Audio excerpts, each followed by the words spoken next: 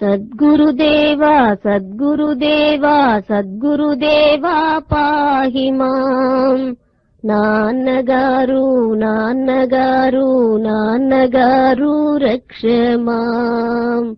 Sadgurudeva, Sadgurudeva, Sadgurudeva pahi mam. Nannagaru, Nannagaru, Nannagaru raksha mam. Sadgurudeva, Sadgurudeva, Sadgurudeva pahi mam. Nannagaru, Nannagaru, Nannagaru raksha mam.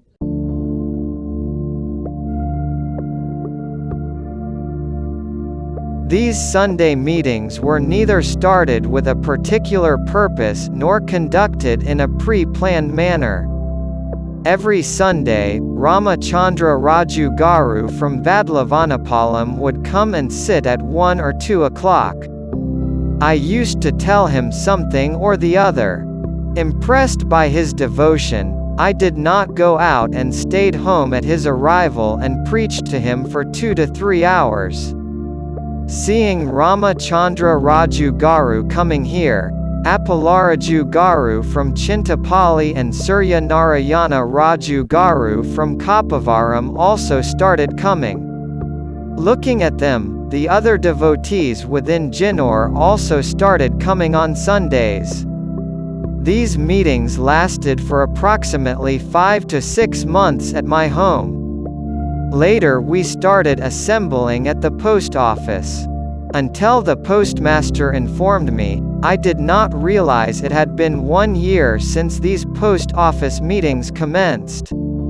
I did not note the date of commencement. But the postmaster has said, "Sir, I have noted the date. You have been coming to this post office for 1 year. Here anniversary celebrations are being conducted, but it doesn't appear so." I didn't even note down the date of commencing these meetings. We did not start these meetings with any purpose or to reform someone. 10 of us used to sit in a room.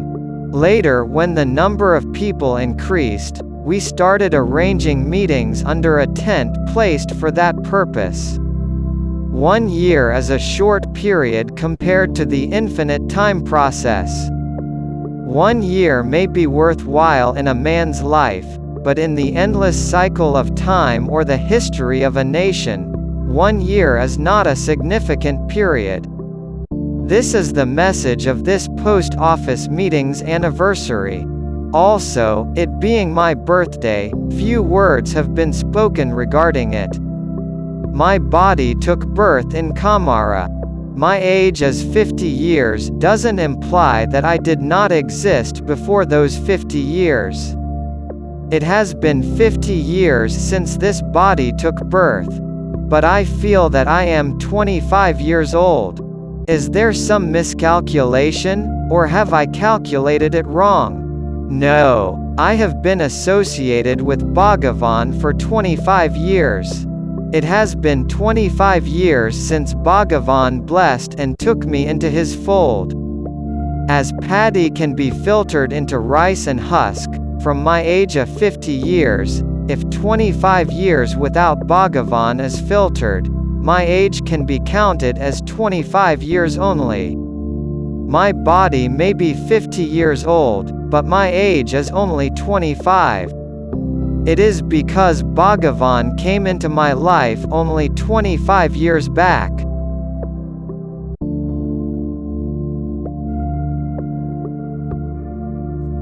A devotee from Krishna district said, "Nanagaru, by devoted listening to your discourses, one can avoid health complaints like blood pressure and diabetes. Those who understand your subject can avoid unnecessary emotions.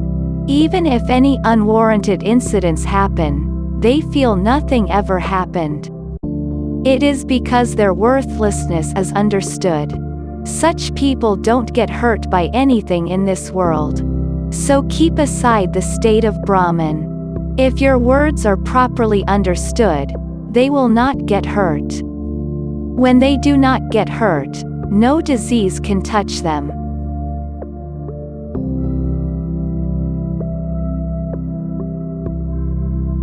All of you must get reformed. Not merely reformation, all of you must get deeply rooted in bliss and peace. Irrespective of whether you are subject to happiness or sorrow as per your destiny, you must remain rooted in the ocean of bliss and peace. This is the sole purpose of all these spiritual discourses. The primary purpose of these discourses is not to propagate any particular religion. A person may become subject to fear due to innumerable reasons. Though an ocean may have turbulent waves, you will take a bath amidst those waves and return. Similarly, though you may become subject to many personal problems or problems arising from bad company or bad surroundings, you must remain in a sorrowless and disturbance-less state while being untouched by them. Whether alone or sitting in someone's company, to make you all experience complete peace and bliss is the sole purpose of all these discourses. These spiritual discourses are beyond any caste or religion. There are no reservations about them. The sole aim of these spiritual discourses is to make you all experience the blissful state of a Jivan Mukta when you are alive and to ensure that you are not sorrowful but are peaceful while leaving the physical body.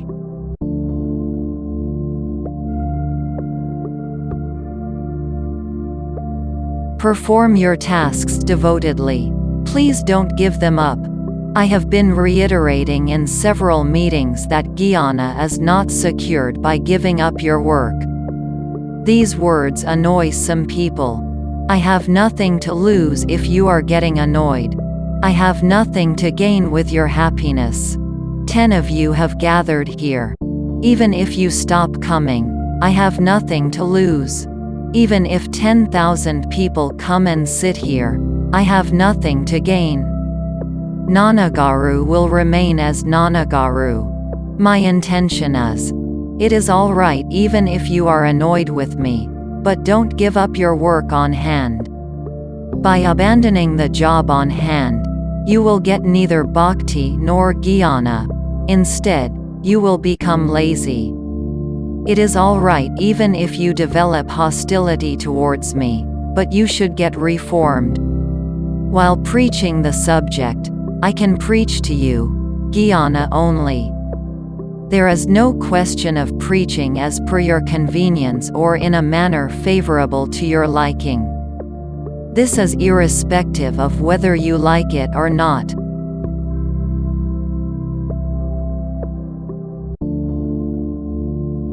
To write down the subject that I have preached, the entire space on this earth is not sufficient. There is no topic or subject matter that I have left untouched. Our subject is more accurate than science. Science is always subject to changes. The subject that we are discussing holds the same amount of relevance even after 1,000 years as much as it is relevant today. This is naked spirituality. Some day or the other, your body will die. If you can remain 100% blissful on that day, irrespective of your external conditions, you need not retake birth. The purpose of this subject is to take you all to such a sorrowless state. A devotee told Nanagaru, "After hearing your words, I don't feel like listening to others or reading any other books. Not that I lack reverence for them, but I don't feel like reading them." Then Sri Nanagaru said, "All of them are insipid and symbolize nature cure treatment. They are nutritious but insipid. Our subject is both nutritious as well as tasty. The words taught in our satsangs represent the final state. You cannot explore the supreme consciousness further."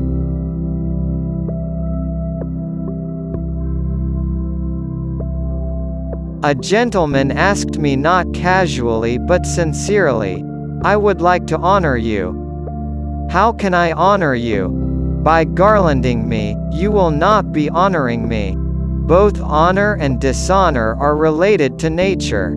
Since our mind is within the control of nature, we feel honor as great and dishonor as puny. Then I told him, the spirit, the sense, and the meaning of the words originating from my heart, if they are properly understood without any twist, that is, in the same spirit with which they are uttered, is equivalent to honoring me. Understanding my words properly is the only way you can honor me. You need not think that you can honor me only with a garland. You don't even need to salute me. When you don't have the power to grasp the essence of my words, there is no point in trying to honor me with a garland. These garlands and salutations are all related to external honors. All these have originated from our traditions. The greatest thing is to have an understanding heart. However, it is tough to achieve. I say these words very easily. But attaining an understanding heart is not as easy as uttering these words. Understanding hearts are rarely found. Without an understanding heart, one cannot grasp the essence of words spoken. That is, neither the person nor his words can be rightly understood. So having an understanding heart is most important.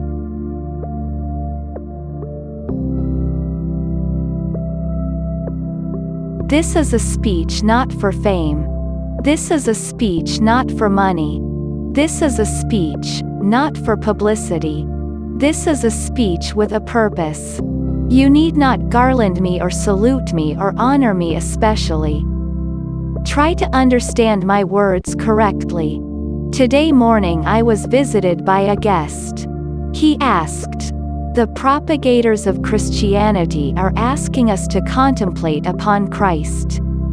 Meher Baba devotees are asking us to contemplate upon Meher Baba, who has harmonized all religions. Similarly, you ask us to contemplate upon Ramana Maharishi to get liberation. He arrived precisely at 9 o'clock when I was ready for breakfast. Did you ever hear me say, contemplate upon Ramana alone to get liberated? Do you have any proof regarding this? You can contemplate upon any divine form you like. Did I ever compel any of you to become a Ramana devotee in our Sunday gatherings? No, I am chanting the divine names like Narayana, Krishna, Shiva, etc. If any of you wants to chant the name of Ramana out of love, who am I to stop it? I replied, Ramana never asked us to contemplate upon him to get liberated. Then why will I say so? If anyone remembers Ramana out of love, I encourage them in it. I say so because they are fond of Bhagavan's form. The thesis propounded by Bhagavan is the who am I question. This question aids us in securing self-realization. Bhagavan has prescribed the path of self-enquiry.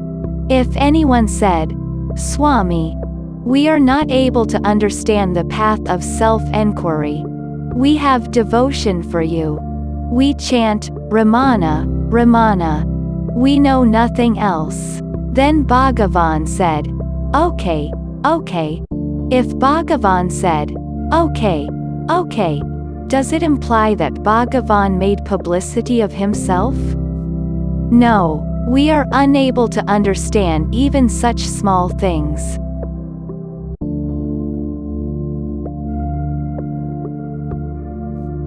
In Mahadevapatnam, after the speech got finished, everybody left except one woman. She said, "Today, my sorrow has vanished." She hesitated to talk in front of everyone. So she stayed back, and before leaving, she said, "My mental disturbance has vanished. I felt that this certificate is enough for my life and I don't need anything else." She said that her mental disturbance had vanished. These are only true certificates for me. It is because either money or enjoyment cannot destroy mental disturbance. Enjoyments increase the craving for pleasures but do not destroy mental disturbance. Fulfilling a desire brings another desire but does not destroy the mental disturbance. However, she said that her mental disturbance had vanished. I felt that is enough for my life, and I don't need anything else.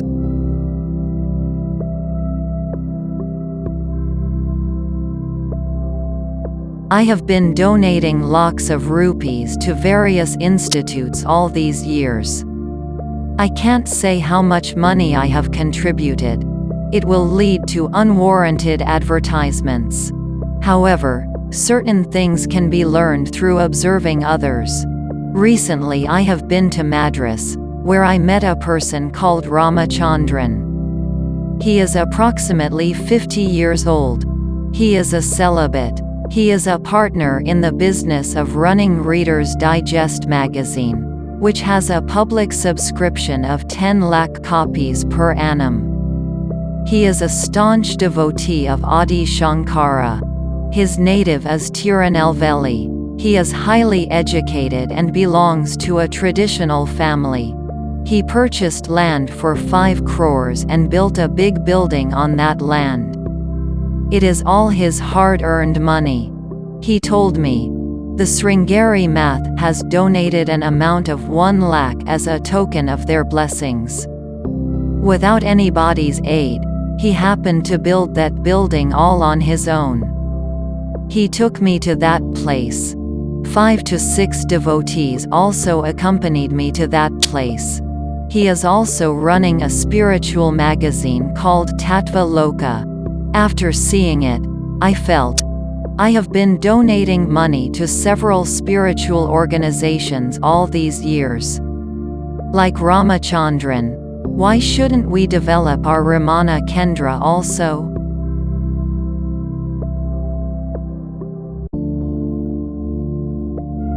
Many devotees write down the words spoken in my spiritual discourses and preserve and share them with other devotees. These written words took the form of the spiritual magazine, Ramana Bhaskara. To describe Ramana Bhaskara in the words of the readers, it is wonderful and beyond description. Though only 2,000 copies are getting printed, nearly 10,000 people are reading Ramana Bhaskara. Several devotees eagerly keep waiting for the arrival of Ramana Bhaskara. Ramana Bhaskara has become a friend and philosopher in their lives. Many devotees have shared their experiences regarding Ramana Bhaskara with me. Let me tell you 2 of such experiences. A professor lost both her son and daughter-in-law in a road accident. When she was immersed in an ocean of sorrow, she happened to read Ramana Bhaskara. After reading it, her entire sadness vanished. Similarly, when a native of Yandagandi village lost their dear ones, they received a copy of Ramana Bhaskara from one of their distant relatives. After reading Ramana Bhaskara, they got the mental courage and peace to withstand and bear that sorrow. Like this, several devotees keep sharing their experiences regarding Ramana Bhaskara.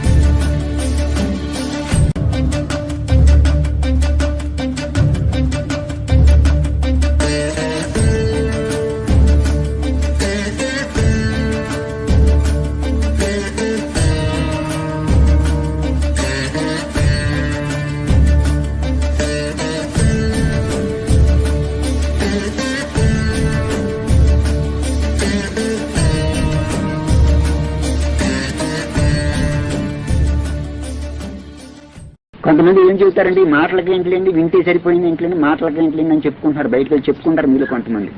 మరి మాటలకి ఏంటంటే ఊరికి వచ్చిందో మిమ్మల్ని ఎవరైనా తిరిగితే కోపం ఎందుకు వస్తుంది? అది మాటే కదా, తిట్టు కూడా మాటే కదా.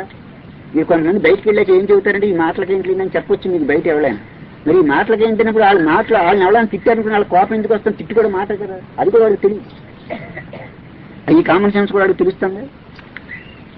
కొంతమంది వింటే సరిపోయింది అంటారు, విన్నా అర్థం అయిపోతే వినకపోతే ఇంకెలా తెలుస్తుంది అసలు? ఆ దీపం ఉండగానే కుర్రోడు చదువుకోవట్లేదు, దీపాలు ఆగిపోయి ఇంకేం చదువుతాడు. కొంతమంది మాట్లాడుకు ఎలా అంటారు, వింటే సరిపోయింది ఇట్లా అంటారు, వింటేనే అర్థం అవట్లేదు అసలు, వినకుండా ఇంకేం అర్థం అవుతుంది అసలు? ఇవాళ వాళ్ళ నూతనతో వచ్చి మాటలు కూడా అనాలోచిత మాట ఆలోచించి చెప్పడం కాదు, మన భుజాన్ని వేసి తిరగటం. మళ్ళీ ఇంకా పుస్తకాల కింద రాయటం లేదా ప్రింట్ ప్రెస్లో పట్టుకెళ్ళి ప్రింట్ కూడా చేసేస్తారు ఈ మాట. నేనే మనకు మొదల చివరి తెలియదు, వినకపోతే ఎలా తెలుస్తుంది? సరే ఆచరిస్తున్నారు అంటారు, మనకి చేతనైంది ఆచరిస్తాం, చేత కాదు ఆచరించలేము. మనం ఎంత అన్నం తినగలం అంతే అన్నం తినగలం.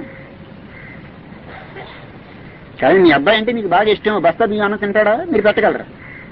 ఆచరించాలంటే మనం ఎంతవరకు ఆచరించగలిగితే అంతవరకు ఆచరించగలుగుతాం, మనకి ఎంతవరకు జీర్ణం అవుతుందో అంతవరకు తినగలం.